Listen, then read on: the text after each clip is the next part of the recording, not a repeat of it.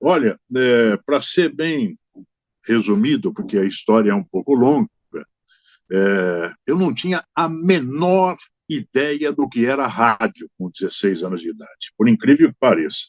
Lá no interiorzão, em Garça, eu realmente não tinha ideia. Até que um amigo, nós estávamos no ginásio, então, começou a trabalhar na rádio como locutor. E me falou, olha, comecei a trabalhar lá como locutor. Falei, como é que é a história e tal? Eu queria trabalhar também, ver se tem alguma brecha lá. Aí ele me apresentou ao então gerente da rádio, que me deu a chance de começar a trabalhar como sonoplasta. E aí eu fui desenvolvendo sonoplastia, aquele negócio da bolacha ainda do disco, né, de colar a agulha no ponto certo do disco. Aí passei aos poucos a fazer redação e comecei a me encantar com o negócio, comecei a vibrar, nem pensava em dinheiro, até porque era irrisório o pagamento, né? E aí comecei a crescer. Esse gerente da rádio foi meu professor primário no rádio, uma figura fantástica, maravilhosa, né, no trato, no atendimento, no ensino, quer dizer, um professor mesmo. E aí fui evoluindo, comecei a fazer redação, depois fui para o microfone, comecei a fazer noticiário de pílula, né, de um minutinho, passei a fazer reportagem externa, a ser repórter de campo, porque o time da cidade disputava a segunda divisão do Campeonato Paulista. Aí fui evoluindo até apresentar programa e aí virou a profissão. Olá, ajude-nos a crescer. Faça a sua inscrição no canal e já deixe o seu like. A Memória do Rádio lhe agradece.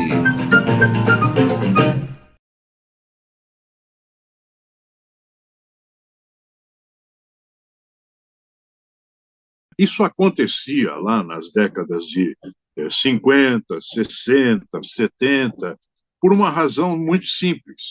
Você era limitado no interior. Aliás, por várias razões. A primeira delas, você era muito limitado, você não tinha espaço para crescer, né, no rádio. E aí você procurava ou uma cidade próxima maior, como é o meu caso, eu fui para Marília antes de vir para São Paulo, né? Ou você vinha direto para São Paulo. E aí aflorava aqui na capital os grandes talentos, porque no interior era permitido errar. Você errava e tudo bem, vamos em frente. Você falava errado, você colava música errada, mas tudo bem, vamos em frente. Você aprendia de verdade, né? Então, essa é uma razão. Hoje, o interior te dá condições de viver lá. Você tem é, um rádio, que se não é tão forte, né, mas tem opções. Você tem faculdades, você tem comércios fortes, né? Você tem indústrias, quer dizer, o interior propicia hoje a permanência do talento lá na região. E, às vezes, né, você vive muito melhor como talento na sua região do que vindo para São Paulo, se arriscando aqui, né, nesse mercado. Segunda razão é que o rádio hoje não precisa de talento, né? O rádio o rádio está tão vilipendiado, está tão estraçalhado, né? Foi tão arrombado pelos aventureiros de plantão que ele não precisa mais de talento. Você bota lá tudo gravado, você coloca lá, né? E as mídias alternativas que acabaram prejudicando muito o rádio.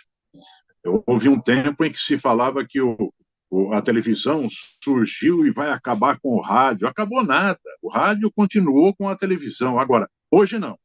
Hoje, essas mídias alternativas, essas sim, estão liquidando com o rádio e com a televisão aberta. Aberta não, só fechada também, porque o que explodiu hoje é essa telinha que nós estamos falando aqui do celular, do computador. Então, essa é a razão.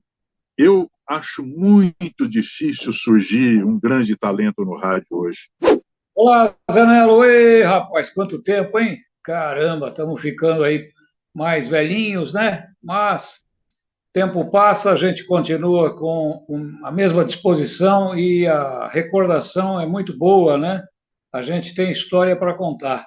E dentre as histórias que a gente tem para contar, tem uma coisa que eu quero saber de você. Qual o papel, qual o maior destaque seu na Jovem Pan? O que você acha que foi o maior destaque seu na tua passagem pela Jovem Pan, onde a gente se conheceu e trabalhou junto? Um abraço, meu amigo Celso Vernizzi, o filho do tempo. Trabalhei muito com o pai, com seu pai, você sabe disso, o grande Narciso Vernizzi, né? Tenho recordações maravilhosas de Narciso. Aliás, alguns arrependimentos também. Ele me convidava todo ano para ir embora para uma rádio da Europa, porque ele tinha muito contato, né, com Nederland, da Holanda, Deutsche Welle, da Alemanha, a BBC, da Inglaterra. E ele, pai, você não quer ir? Eu arrumo para você. Eu falei, não, os filhos estão nascendo. Aí, bom, mas, ô Celso, eu tenho belíssimas recordações da Jovem Pan. E não teria uma só. A primeira delas foi a cobertura do incêndio do edifício Joelma. Eu tinha acabado de chegar a São Paulo, coisa de 4, 5 meses, e estourou aquela grande tragédia.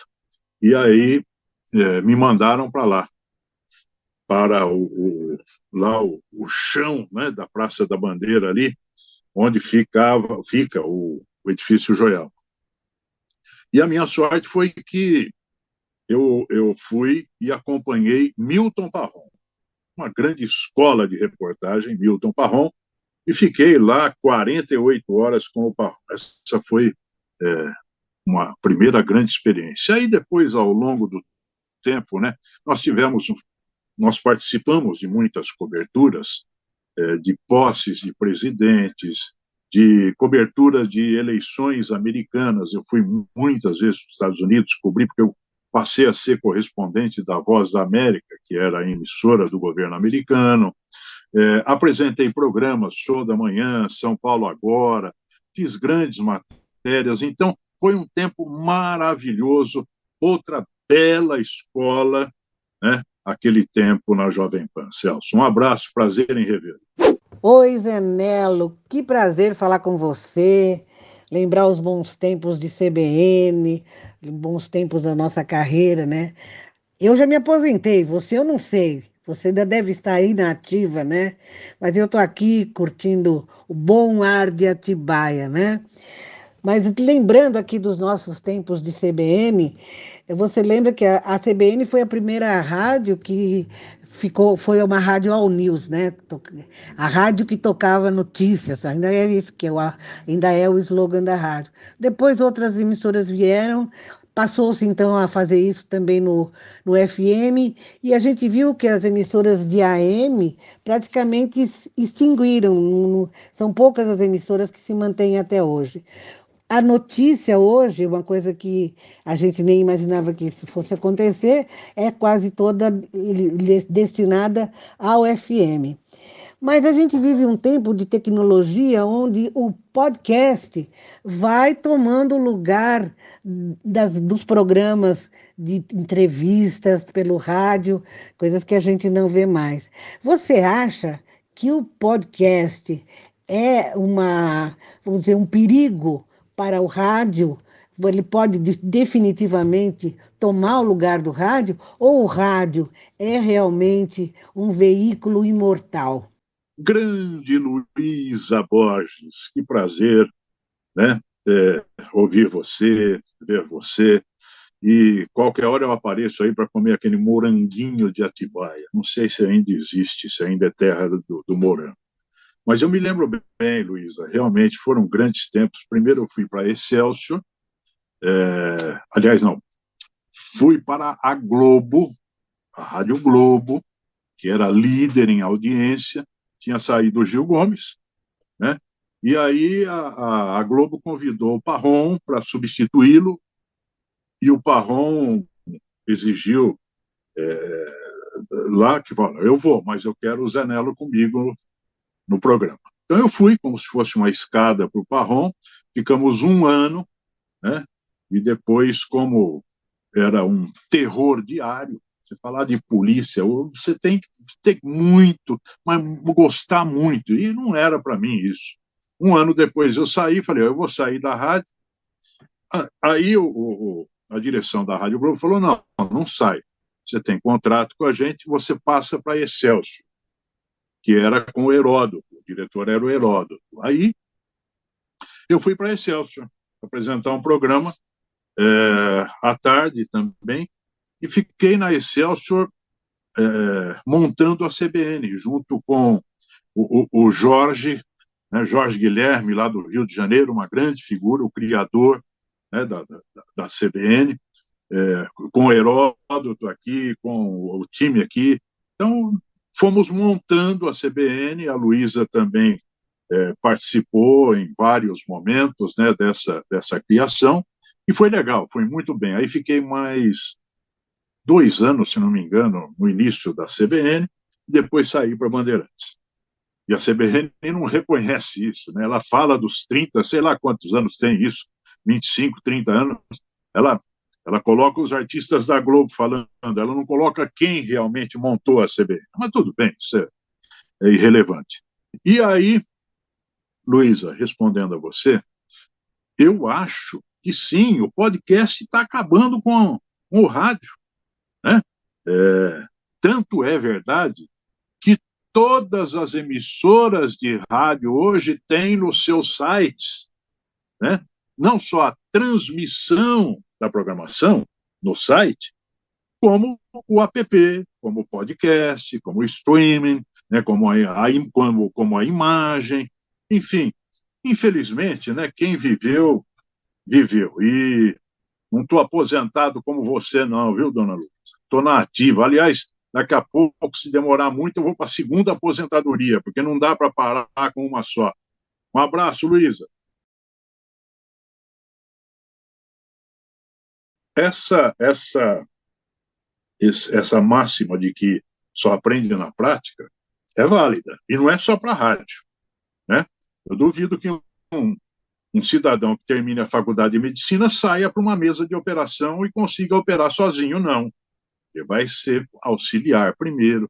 Um engenheiro não vai sair da faculdade e construir uma ponte. Então, a verdade é que a escola dava, não sei se dá hoje, porque né, hoje eu vejo muito faculdade de boteco, né? Você passa em faculdade e o boteco está lotado, mas as salas de aula nem aí. Então, em parte, é verdade isso mesmo. Toda profissão você vai aprender realmente na prática, mas a escola te dava a base, né? Eu lembro que quando eu dei aula pela primeira vez nas faculdades integradas Alcântara Machado, hoje FMU, né? Nós tínhamos lá redações com máquinas de escrever à vontade, um estúdio de rádio e TV, isso lá nos anos 80, era um negócio fantástico, né? Depois, as universidades montaram nos seus departamentos de jornalismo TVs.